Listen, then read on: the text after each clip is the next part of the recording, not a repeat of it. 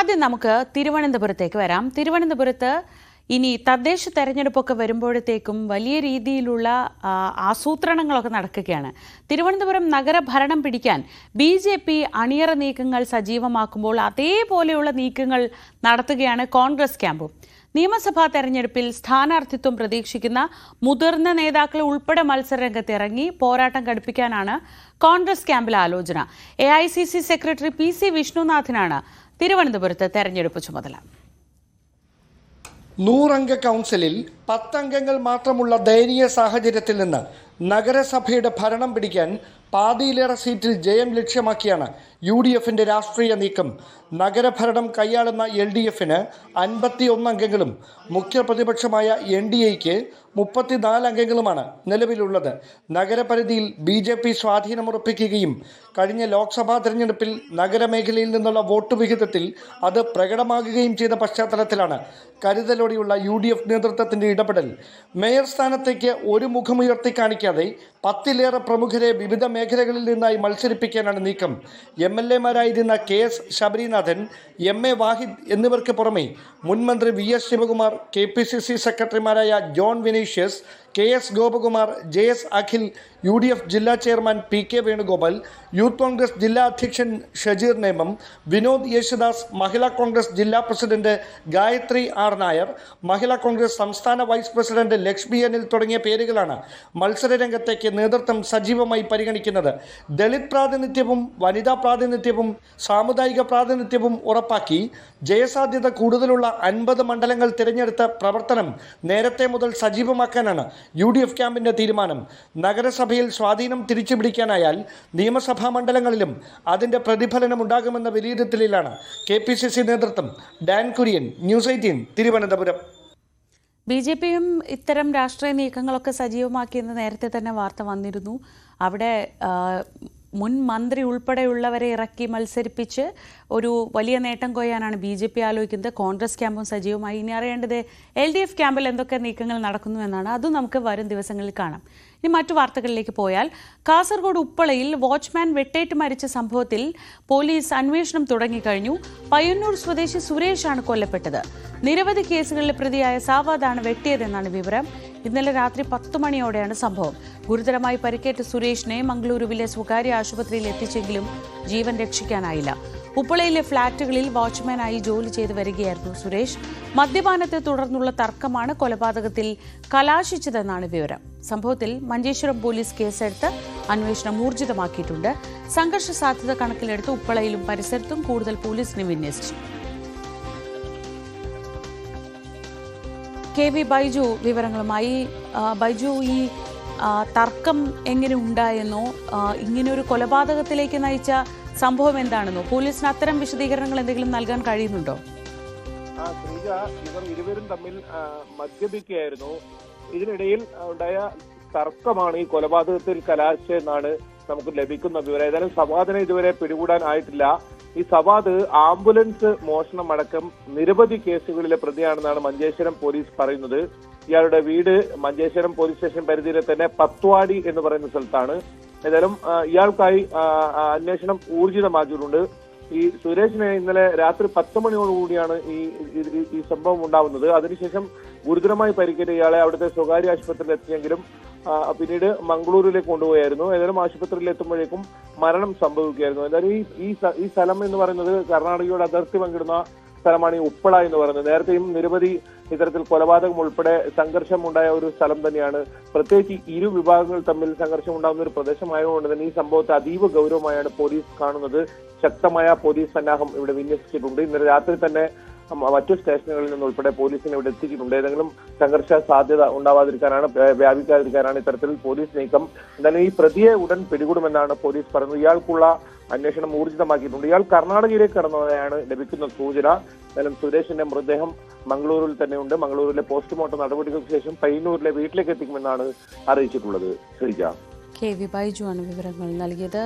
ഉപ്പളയിൽ watchman വെട്ടേറ്റ് മരിച്ച സംഭവത്തിൽ സ്ഥിരം കുറ്റവാളിയായ സവാദിന് വേണ്ടിയാണ് ഇപ്പോൾ അന്വേഷണം നടക്കുന്നത്. പയ്യന്നൂർ സ്വദേശി സുരേഷാണ് ഇന്നലെ രാത്രി കൊല്ലപ്പെട്ടത്.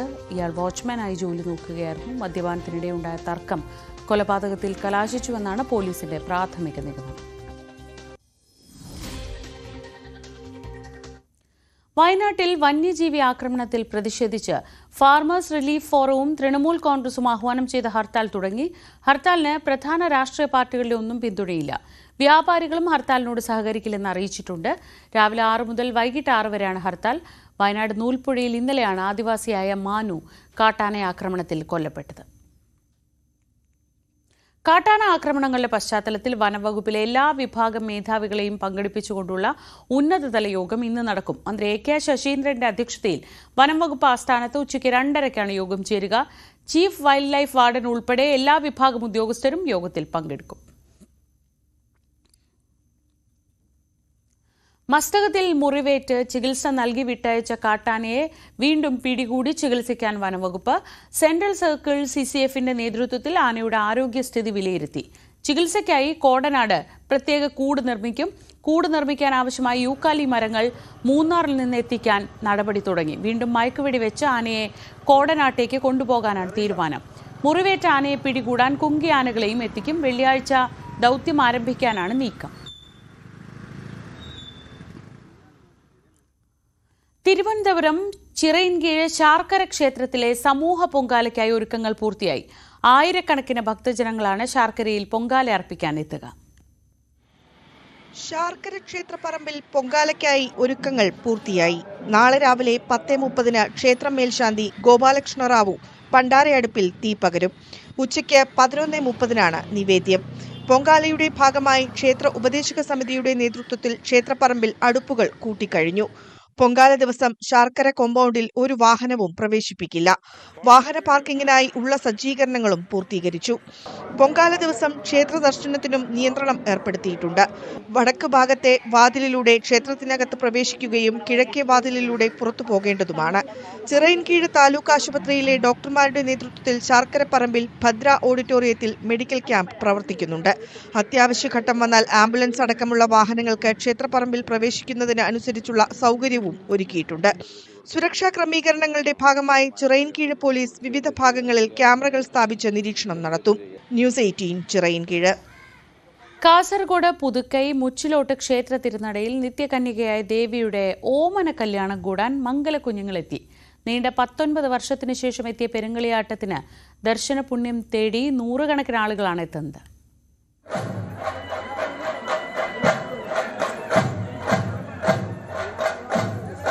പുതുക്കൈ മുച്ചിലോട്ട് ക്ഷേത്ര തിരുനടയിൽ മംഗളകാഴ്ചയായി ഈ മംഗലം കുഞ്ഞുങ്ങൾ. 140 മംഗലം കുഞ്ഞുങ്ങളാണ് നിത്യകന്യകയായ ദേവിയുടെ ഓമന കല്യാണത്തിന് കൂടാനെത്തിയത്. മുച്ചിലോട്ട് ഭഗവതിയുടെ ഉച്ചത്തോറ്റത്തോടൊപ്പമാണ് മംഗലക്കുഞ്ഞുങ്ങൾ ക്ഷേത്രമുറ്റത്തെത്തിയത്. അച്ഛന്റെയും അമ്മാവന്റെയും ചുമലിലേറിയായിരുന്നു വലം വെപ്പ്.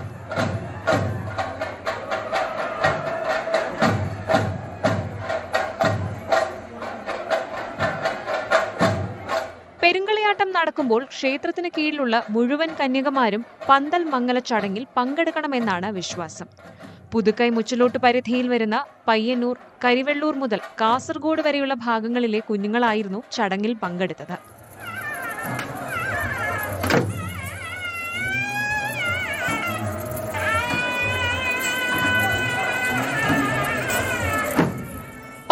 വർഷത്തിന് ശേഷമാണ് പെരുങ്കളിയാട്ടം നടന്നത്. കളിയാട്ടത്തിനെത്തിയ ഭക്തരാൽ ക്ഷേത്ര പരിസരം നിറഞ്ഞു. ഉച്ചത്തോറ്റവും മംഗലക്കുഞ്ഞുങ്ങളും അരങ്ങൊഴിഞ്ഞതിനു പിന്നാലെ തൽസ്വരൂപൻ പുലിയൂർ കണ്ണൻ വെള്ളാട്ടം അരങ്ങിലെത്തി. തുടർന്ന് വിവിധ തെയ്യങ്ങളുടെ തോറ്റവും അരങ്ങിലെത്തി.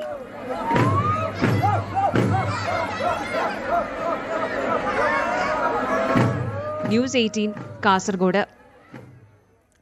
വടകരയിൽ നടക്കുന്ന ഹരിതാമൃതം പ്രദർശന നഗരിയിലെ പ്രകൃതി കൃഷി കേന്ദ്രം ശ്രദ്ധേയമാവുകയാണ്.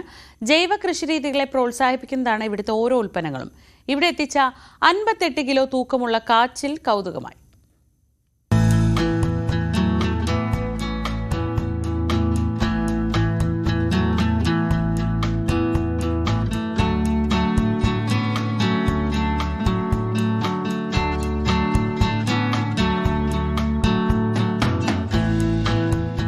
പ്രകൃതിയിലേക്കുള്ള മടക്കമാണ് ഹരിതാമൃതത്തിലെ കാഴ്ചകൾ.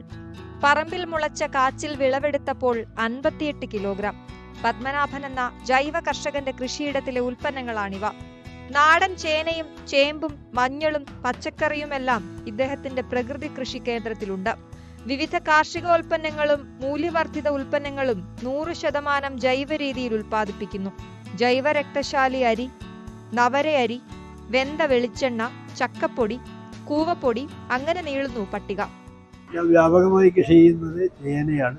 ശരാശരി ഈ കൃഷി രീതിയിൽ 10 കിലോ മുതൽ 60 കിലോ വരെയുള്ള, ഈ 60 കിലോ റെയറായിട്ടേ ഉണ്ടാവും. ഒരു 1000 പേരുടെ ചേന കൃഷി ചെയ്യുമ്പോൾ 5-10 ഊട് മാത്രമേ ഈ കൂടുതൽ ഉയർന്ന വെയിറ്റ് കിട്ടും. അല്ലെങ്കിൽ ഞാൻ 14 പശുവിനെ വളർത്തുന്നുണ്ട്. ഈ പശുവിന് അധിഷ്ഠിതമായിട്ടുള്ളതാണ് എൻ്റെ എല്ലാ കൃഷി രീതികളും. ഈ മണ്ണിൻ്റെ ഈ അസിഡിറ്റി കുറച്ച് pH മൂല്യം 7ലേക്ക് ഉയർത്താൻ ഈ കൃഷി രീതി കൊണ്ട് മാത്രമേ സാധിക്കൂ. വെളിച്ചെണ്ണ കൽക്കം കൊണ്ടുണ്ടാക്കിയ തേൻകിണ്ണം, ജൈവ നെല്ലിന്റെ ഉമി തുടങ്ങിയവയും പ്രദർശന നഗരിയിലുണ്ട്. ഓരോ വർഷം കഴിയുന്തോറും ഉൽപ്പന്നങ്ങൾ അറിയാനെത്തുന്നവരുടെ എണ്ണം വർദ്ധിക്കുന്നുണ്ട്. പ്രദർശനം വെള്ളിയാഴ്ച സമാപിക്കും. ന്യൂസ് 18 വടകര. കോഴിക്കോട് നടന്ന മാർഷൽ ആർട്സ് ടൂർണമെന്റിൽ ചാമ്പ്യന്മാരായിരിക്കുകയാണ് വെങ്ങാട് കൊളത്തൂർ സ്വദേശികളായ 3 പേർ. വെങ്ങാട് ഇല്ലിക്കോട്ടെ കരാട്ടെ അക്കാദമിയിലെ വിദ്യാർത്ഥികളാണ് മൂവരും. കോഴിക്കോട് VK കൃഷ്ണമേനോൻ ഇൻഡോർ സ്റ്റേഡിയത്തിൽ നടന്ന മാർഷൽ ആർട്സ് ടൂർണമെന്റിലാണ് മൂവരും മാറ്റുരച്ചത്. അമ്പലപ്പടി സ്വദേശി സന്തോഷ് AP സീനിയർ കാറ്റഗറിയിലും വെങ്ങാട് സ്വദേശിയായ മുഹമ്മദ് ഷാഹുൽ ഹമീദ് 9 മുതൽ 11 വയസ്സുവരെയുള്ള കാറ്റഗറിയിലും വെങ്ങാട് സ്വദേശിനിയായ അജ്വ മറിയം 6 മുതൽ 8 വയസ്സുവരെയുള്ള കാറ്റഗറിയിലും ദേശീയ ചാമ്പ്യന്മാരായി. വെങ്ങാട് ഇല്ലിക്കോട് റിയുജിറ്റ്സു കരാട്ടെ അക്കാദമിയിലാണ് 3 പേരും പരിശീലിക്കുന്നത്. ഒരു മാസം മുന്നെയാണ് പിന്നെ നാഷണൽ ടൂർണമെൻറ്റിനെ കുറിച്ചിട്ട് അറിഞ്ഞത്. ഒരു മാസത്തെ ട്രെയിനിങ് ആണ് ഇവർക്ക് ശരിക്കും കിട്ടിയിട്ടുള്ളത്. ഇവർ തുടങ്ങിയിട്ട് എന്ന് പറഞ്ഞു കഴിഞ്ഞാൽ ഇപ്പോൾ അറൗണ്ട് 1 വർഷം കഴിഞ്ഞു. പക്ഷേ ട്രെയിനിങ് ഇപ്പോൾ നമ്മൾ ടൂർണമെൻറ്റ് അറിഞ്ഞിട്ട് 1 മാസമായിട്ടുള്ള ട്രെയിനിങ് ആണ് കൊടുത്തിട്ടുള്ളത്. വെങ്ങാട് സ്വദേശിയായ മൂസയാണ് പരിശീലകൻ. മൂസയുടെ മകൻ കൂടിയാണ് ചാമ്പ്യന്മാരിൽ ഒരാളായ ഷാഹുൽ ഹമീദ്. അജ്വ മറിയം പേരക്കുട്ടിയും. സീനിയർ വിഭാഗത്തിലെ ചാമ്പ്യൻ സന്തോഷ് AP ഫോട്ടോഗ്രാഫറാണ്. എൻ്റെ കാറ്റഗറിയിൽ ഒരു 50 ആളുണ്ടായിരുന്നു. അതിൽ ഓരോ റൗണ്ട് കഴിയുമ്പോഴും ഫസ്റ്റ് തേർഡ് കിട്ടുന്നുള്ള ഒരു ഇതിൽ അങ്ങനെ പോയിരുന്നത്. എന്തെങ്കിലും ഒരു ട്രോഫി കിട്ടണമല്ലോ, ആദ്യമായിട്ട് പങ്കെടുക്കല്ലേ. അപ്പോൾ തേർഡിന് വേണ്ടിയിട്ടാണ് പോയിരുന്നത്. പോയി അവസാനം ഫൈനലിൽ എത്തി.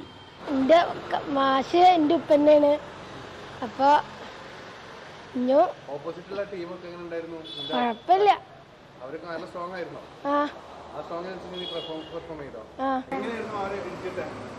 അവരെ കുറച്ച് പവറിൽ ഇടിച്ചു. അപ്പൊ ലാസ്റ്റത്തെ ഒരു കുട്ടി കരഞ്ഞിരുന്നു. അപ്പൊ തന്നെ സ്റ്റോപ്പാക്കി. സന്തോഷം തോന്നി. പങ്കെടുത്ത ആദ്യ മത്സരത്തിൽ തന്നെ ചാമ്പ്യന്മാരാകാൻ കഴിഞ്ഞതിലുള്ള സന്തോഷത്തിലാണ് ഇവർ. 3 വർഷത്തോളമായി പരിശീലനം നടത്തുന്നവരാണ് 3 പേരും. ന്യൂസ് 18 തിരൂർ. വേമ്പനാട്ട് കായൽ നീന്തിക്കടന്ന 6 വയസ്സുകാരി കൊല്ലം മൈനാഗപ്പള്ളി സ്വദേശിയും 1ാം ക്ലാസ് വിദ്യാർത്ഥിയുമായ മെഹനാസ് അലി ഷേഖാണ് ഈ നേട്ടം കൈവരിച്ചത്. കണ്ണെത്താ ദൂരം നീണ്ടു കിടക്കുന്ന വേമ്പനാട് കായൽ അനായാസം നീന്തി കയറിയിരിക്കുകയാണ് ഈ 6 വയസ്സുകാരി. കല്ലടയാർ 15 മിനിറ്റ് കൊണ്ട് നീന്തി കീഴടക്കിയ അനുഭവമാണ് കരുത്തായത്. 4 കിലോമീറ്റർ നീന്താൻ 1 മണിക്കൂർ 9 മിനിറ്റ് എടുത്തു. ബാംഗ്ലൂരിൽ നീന്തൽ പരിശീലകനായ ആലപ്പുഴ കൈനകരി സ്വദേശി വില്യം പുരുഷോത്തമനാണ് പരിശീലനം നൽകുന്നത്. 2 മാസം വേമ്പനാട്ട് കായലിലും വൈക്കം പുഴയിലും നാട്ടുതോട്ടിലുമൊക്കെ നീന്തി പരിശീലനം നടത്തി. വൈക്കം ബോട്ടുജെട്ടിയിലേക്ക് നീന്തിക്കയറിയ മെഹനാസിനെ വൈക്കം നഗരസഭാ ചെയർപേഴ്സൺ പ്രീത രാജേഷും മറ്റു ജനപ്രതിനിധികളും ഉപഹാരം നൽകി അനുമോദിച്ചു. ഒഴുക്കുണ്ടായിരുന്നെങ്കിലും പേടി തോന്നിയില്ലെന്ന് മെഹനാസ്. ഇല്ല, പേടി ഉണ്ടായിരുന്നില്ല. പേടി പക്ഷേ കുറച്ച് ഒഴുക്കുണ്ട്. ഒഴുക്ക് അങ്ങോട്ടാണ് പോയത്, ഇങ്ങോട്ടല്ല. പക്ഷേ ഭയങ്കര പേടിയല്ലേ നീന്തൽ. ജലാശയ അപകടങ്ങൾ ഒഴിവാക്കാൻ കുട്ടികളെ നീന്തൽ പരിശീലിപ്പിക്കണമെന്നാണ് മെഹനാസിന്റെ പിതാവ് ഷെയ്ഖ് മുഹമ്മദ് പറയുന്നത്. അപ്പോൾ 4.5 വയസ്സ് തൊട്ട് നമ്മൾ പൂളിൽ പ്രാക്ടീസ് കൊടുക്കുന്നുണ്ട്. അത് കഴിഞ്ഞിട്ട് ഒരു 5 വയസ്സായപ്പോൾ നമ്മൾ കല്ലടാറ് നീന്തി കയറിപ്പിച്ച് കഴിഞ്ഞ വർഷം ഫെബ്രുവരി 7. പിന്നെ അത് കഴിഞ്ഞിട്ട് അവൾക്കൊരു ആഗ്രഹം അഷ്ടമുടി കായൽ നീന്തണം എന്നുള്ളവരിത്, കൈകെട്ടി നീന്തണം എന്നൊരു ആഗ്രഹം ഉണ്ടായിരുന്നു. അപ്പോൾ ആ ആഗ്രഹം എന്ന് പറയുമ്പോൾ അഷ്ടമുടി കായൽ ഇച്ചിരി റിസ്ക് കൂടുതലായതുകൊണ്ടും പിന്നെ നമ്മൾ കുറേ യൂട്യൂബും വീഡിയോസൊക്കെ കാണുന്ന സമയത്ത് പുള്ളിക്കാരി തന്നെ വേമ്പനാട് കായൽ ഓക്കെ ആണെന്ന് പറഞ്ഞിട്ട് വേമ്പനാട് കായൽ മോനച്ചോട്ടല്ല വേമ്പനാട് കായൽ നീന്താന്ന് പറഞ്ഞിട്ട് ഇവിടെ ചെയ്തത്. ഇനി അഷ്ടമുടി കായൽ കൈകെട്ടി നീന്തുകയാണ് മെഹനാസിന്റെ അടുത്ത ലക്ഷ്യം. ന്യൂസ് 18 കോട്ടയം. മലപ്പുറം തോൾപ്പാറയിൽ ജനവാസ മേഖലയിൽ ഇറങ്ങിയ കരടി കൂട്ടിലായി. തേൾപ്പാറ കുറുമ്പ ക്ഷേത്രമുറ്റത്ത് സ്ഥാപിച്ച കൂട്ടിലാണ് കരടി പെട്ടത്. ജനവാസ മേഖലയിൽ കരടി ശല്യം രൂക്ഷമായതോടെയാണ് വനം വകുപ്പ് കൂടുവെച്ചത്. CV അനുമോദ് വിവരങ്ങളുമായി. അനുമോദ്, കഴിഞ്ഞ കുറേ ദിവസങ്ങളായി നമ്മൾ പല വന്യമൃഗങ്ങളെ പറ്റി പറയുന്നുണ്ട്. ഇതിപ്പോൾ കരടി കൂട്ടിലായിരിക്കുന്നു. ഈ കരടിക്ക് വേണ്ടി തന്നെയാണോ അവിടെ കൂടുവെച്ചിരുന്നത്? ശ്രീജ, കഴിഞ്ഞ കുറെ ദിവസമായി ഈ മേഖലയിൽ കരടിയുടെ ശല്യം രൂക്ഷമായിരുന്നു. ഇത് തേൾപ്പാറ വനത്തോട് ചേർന്നുള്ള ഒരു പ്രദേശമാണ്, കാർഷിക മേഖല കൂടിയാണ്. അവിടെ ഈ റബ്ബർ തോട്ടങ്ങൾക്കൊപ്പം തന്നെ തേനും ആളുകൾ കൃഷി ചെയ്തിരുന്നു. അതുപോലെ തന്നെ ഈ കരടിയെ പിടികൂടിയ ഈ ക്ഷേത്രത്തിന്റെ ഭാരവാഹികൾ സ്ഥിരമായിട്ട് എണ്ണ മോഷണം പോകുന്നതും അതുപോലെ തേന് മോഷണം പോകുന്നതും ഒക്കെ പറഞ്ഞിരുന്നു. ഇത് മോഷണം പോകുന്നതല്ല, വന്യജീവി വന്ന് എടുക്കുന്നതാണ്. അപ്പോൾ കരടിയാണെന്ന് വനം വകുപ്പിന് കൃത്യമായിട്ട് ബോധ്യമായി. അതിന്റെ അടിസ്ഥാനത്തിലാണ് ഈ ഒരു കരടിയെ പിടികൂടുവാൻ വേണ്ടി ഇവിടെ കൂട് സ്ഥാപിച്ചത്. ഇന്നലെ അർദ്ധരാത്രിയോടെ തന്നെ കരടി കൂട്ടിലാവുകയും പുലർച്ചയ്ക്ക് മുമ്പ് തന്നെ കരടിയുമായിട്ട് വനം വകുപ്പ് ഉൾവനത്തിലേക്ക് പോവുകയും ചെയ്തു. നെടുങ്കയം ഫോറസ്റ്റ് ആണെങ്കിൽ ആദ്യം കൊണ്ടുപോവുക, അവിടുന്ന് ഉൾവനത്തിലേക്ക് തുറന്നുവിടുമെന്നാണ് അറിയിച്ചിട്ടുള്ളത്. ഇതിലേറ്റവും പ്രധാനപ്പെട്ട ഒരു കാര്യം, പുലർച്ചെ നേരം വെളുത്ത് ആളുകളെത്തി ഇത് വലിയ വിവാദം അല്ലെങ്കിൽ വലിയ പ്രശ്നമാവുന്നതിന് മുൻപ് തന്നെ വനം വകുപ്പ് അതിന് പരിഹാരം കണ്ടു എന്നുള്ളതാണ്. നമ്മൾ നേരത്തെ കുരങ്കലിലൊക്കെ ആനയെ കിണറ്റിൽ നിന്നും കയറ്റിവിടാതെ ആളുകൾ പ്രശ്നമുണ്ടാക്കിയതൊക്കെ വലിയ വിവാദങ്ങളാക്കിയിരുന്നു. അപ്പോൾ അതിനൊന്നും സമയം കൊടുക്കാതെ രാത്രി തന്നെ ഇത് കൂട്ടിലായപ്പോൾ തന്നെ വനംവകുപ്പ് ഉദ്യോഗസ്ഥരെത്തി അതിനെ ഇപ്പോൾ ഉൾക്കാട്ടിലേക്ക് തുറന്നു വിടുവാൻ കൊണ്ടുപോയി കഴിഞ്ഞു എന്നുള്ളതാണ് ഏറ്റവും പ്രധാനപ്പെട്ട ഒരു കാര്യം. എന്നാൽ ആ മേഖലയിലെ ജനങ്ങളുടെ വലിയ ഒരു ആശങ്കയായിരുന്നു ഈ കരടിയുടെ സാന്നിധ്യം. കർഷകർക്ക് തേന് നഷ്ടമാവുന്നതും അതുപോലെ ക്ഷേത്രത്തിലെ വിളക്കിലൊഴിക്കുന്ന എണ്ണ മുഴുവനായിട്ടും ഈ കരടി കുടിച്ചു പറ്റിക്കുന്നതൊക്കെ ആ ഒരു പ്രദേശത്ത് വലിയ ആശങ്ക ഉണ്ടാക്കിയിരുന്നു. അതിനൊക്കെ തന്നെ ഒരു പരിഹാരം ആണ് ഇപ്പോൾ ഉണ്ടായിരിക്കുന്നത്. ശരി, CV അനുമോദാണ് വിവരങ്ങൾ നൽകിയത്. മലപ്പുറം തേൾപ്പാറയിലാണ് ക്ഷേത്രമുറ്റത്ത് വെച്ച കൂട്ടിൽ കരടി കുടുങ്ങിയത്. കോതമംഗലത്ത് കടുവയുടെ ആക്രമണമുണ്ടായ സ്ഥലം സന്ദർശിച്ച് വനംവകുപ്പ് ഉദ്യോഗസ്ഥർ. കടുവ സാന്നിധ്യം വനത്തിനുള്ളിൽ മാത്രമേ കണ്ടെത്താൻ കഴിഞ്ഞിട്ടുള്ളൂ. ഇതോടെ കടുവയെ കൂടിവെച്ച് പിടികൂടാനാവില്ലെന്നാണ് വനംവകുപ്പിന്റെ നിലപാട്. കോട്ടുപാറ പ്ലാന്റേഷനിലായിരുന്നു കടുവ പശുവിനെ കൊന്നത്. ഫെൻസിംഗ് ഉടൻ പൂർത്തിയാക്കുമെന്നും അടിക്കാട് വെട്ടി വൃത്തിയാക്കുമെന്നും മലയാറ്റൂർ DFO അറിയിച്ചു. കോട്ടയത്ത് നഴ്സിംഗ് സ്കൂളിൽ വിദ്യാർത്ഥികളെ റാഗ് ചെയ്ത സംഭവത്തിൽ നടപടി. 3ാം വർഷ വിദ്യാർത്ഥികളായ 5 പേരെ സസ്പെൻഡ് ചെയ്തു. 5 പേരും ഇപ്പോൾ പോലീസ് കസ്റ്റഡിയിലാണ്. 1ാം വർഷ വിദ്യാർത്ഥികളെ റാഗിങ്ങിന്റെ പേരിൽ അതിക്രൂരമായി ഉപദ്രവിച്ചു എന്നാണ് പരാതി. ശ്രീജിത്ത് വിവരങ്ങളുമായി. ശ്രീജിത്ത്, ഈ കോട്ടയത്തെ നഴ്സിംഗ് സ്കൂൾ വർഷങ്ങൾക്ക് മുൻപ് വാർത്തകളിൽ ഇടം പിടിച്ചൊരു സ്ഥലമാണ്. ഇപ്പോൾ അവിടെ വീണ്ടും ഒരു റാഗിംഗ് പരാതി. എന്തൊക്കെയാണ് വിശദാംശങ്ങൾ?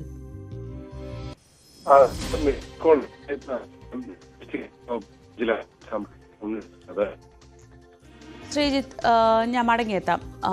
ടെലിഫോൺ ലൈനിൽ വ്യക്തതയില്ല. കോട്ടയം SME നഴ്സിംഗ് സ്കൂളിൽ വിദ്യാർത്ഥികൾക്ക് അതിക്രൂരമായ റാഗിംഗ് ആണ് നേരിടേണ്ടി വന്നത്. ക്രൂരമായ മർദ്ദനം ഈ കുട്ടികൾക്ക് ഏറ്റുവാങ്ങേണ്ടി വന്ന സംഭവത്തിലാണിപ്പോൾ 5 വിദ്യാർത്ഥികൾക്ക് സസ്പെൻഷൻ. 5 പേരും ഇപ്പോൾ ഉള്ളത് പോലീസ് കസ്റ്റഡിയിലാണ്.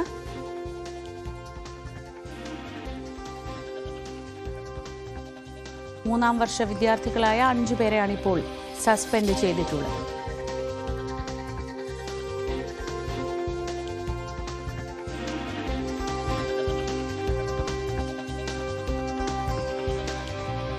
ശ്രീജിത്ത് വിവരങ്ങളുമായി. ശ്രീജിത്ത്, വിശദാംശങ്ങൾ.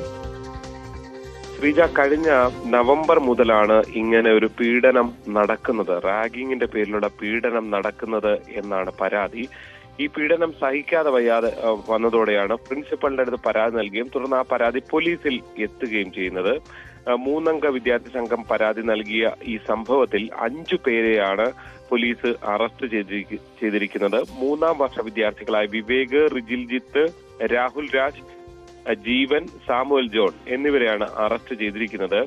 ഈ മെഡിക്കൽ കോളേജിലെ നഴ്സിംഗ് കോളേജിലാണ് ഈ സംഭവം ഉണ്ടാകുന്നത്.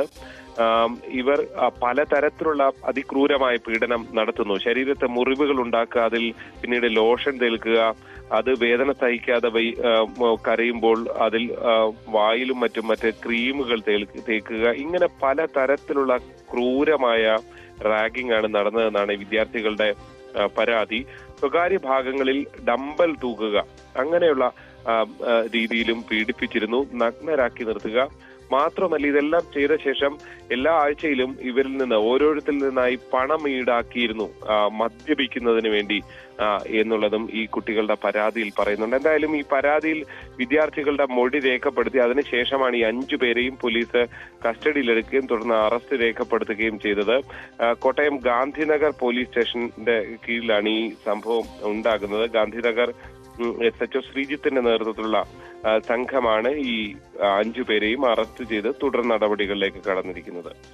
ശ്രീജിത്താണ് വിവരങ്ങൾ നൽകിയത്. അതിക്രൂരമായ രീതിയിലാണ് 1ാം വർഷ വിദ്യാർത്ഥികളെ റാഗ് ചെയ്തത്. ആ സംഭവത്തിലാണിപ്പോൾ 5 പേരെ പോലീസ് കസ്റ്റഡിയിലെടുത്തിട്ടുള്ളത്.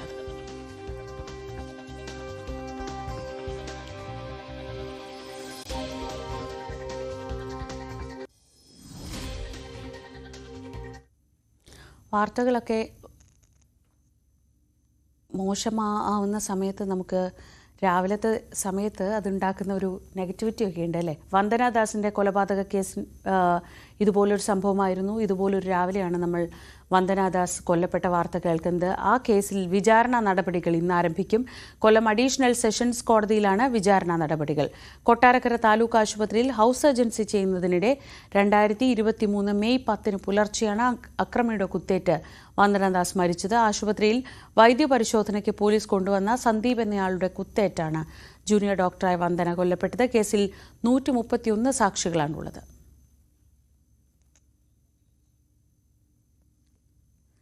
മറ്റ് വാർത്തകളിലേക്ക് വരും മുമ്പ് നമുക്ക് നല്ല വാക്ക് കേൾക്കാം.